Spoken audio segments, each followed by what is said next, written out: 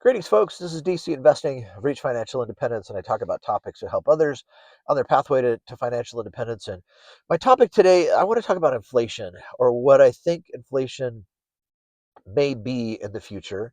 And we just had an inflation report came out, and it came in a little bit lower than what people expected. And a lot of people are saying these numbers from the government are not real; they're fake. And kind of thinking about that a little bit, and something that affects that. The Fed has said that they're doing something with the repo market. They're repurchasing more debt. They'll be doing that through the tax time. And my first thought was, oh, that's going to cause inflation.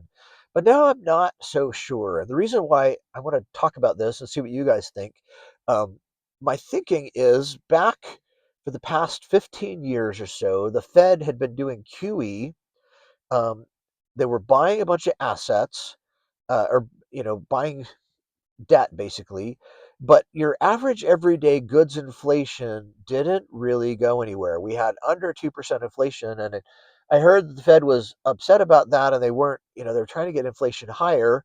But then we finally got it after 2020, way higher than anybody expected. And so they were doing all this QE. And so what I noticed was that during that time, the price of goods wasn't inflating, but the price of assets were.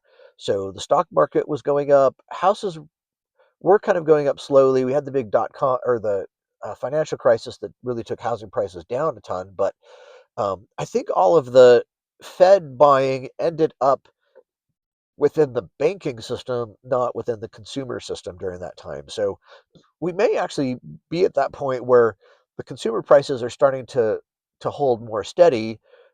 Chances are our asset prices are going to continue to go up. The stocks, this may be a tailwind to them. Gold, silver, certainly. Housing, maybe. It's hard to say. I think things are overvalued, but it could.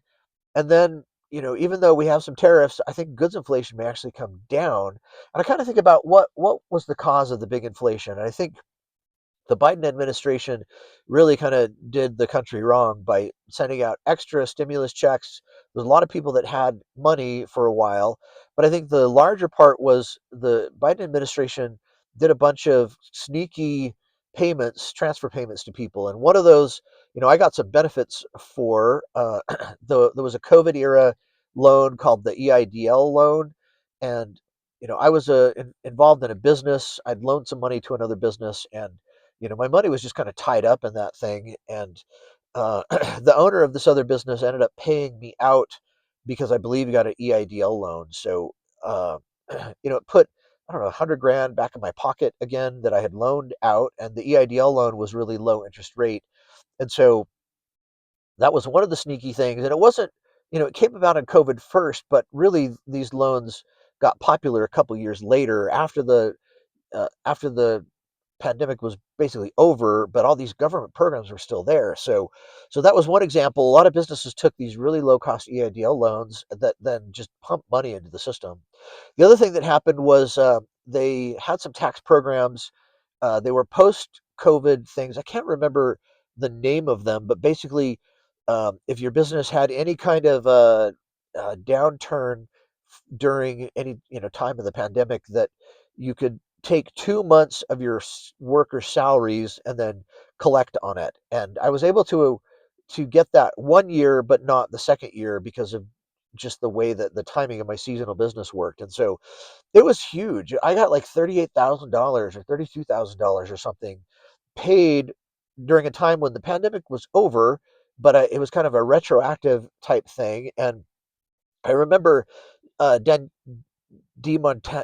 Danielle De Montero Booth talking about it. She's like, "We expect recession to come, and we don't understand what's happening." And then, a couple months later, she's like, "We missed it. We missed this thing. The government is pumping $50 billion a month into this government stimulus program. It was a COVID relief program, but basically 50 billion a month for a year, maybe a year and a half, went into the financial system that then businesses and people who had businesses could use to then buy all kinds of stuff. So that really increased inflation.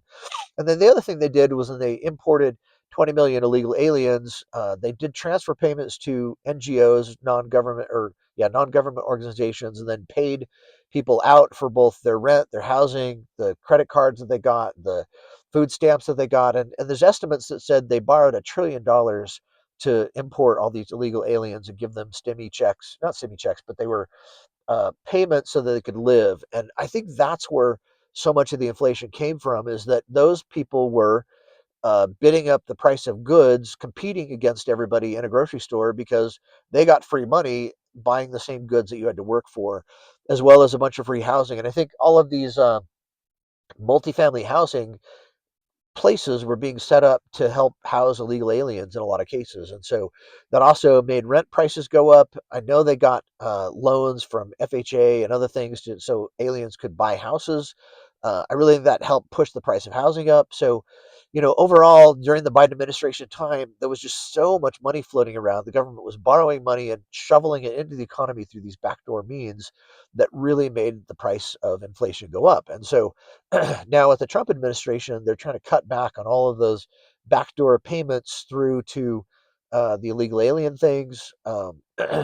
These EIDL loans are over. The pandemic STIMI programs are over. It may be that the average, all of these forces that boosted asset price, not asset price, but goods price inflation are now gone, and goods are going to be cheaper, but the Fed is still purchasing some more stuff. So your financial assets may continue to go up. So I'm just kind of ranting out there, kind of what I saw happen over the past 5 years, trying to project to the future.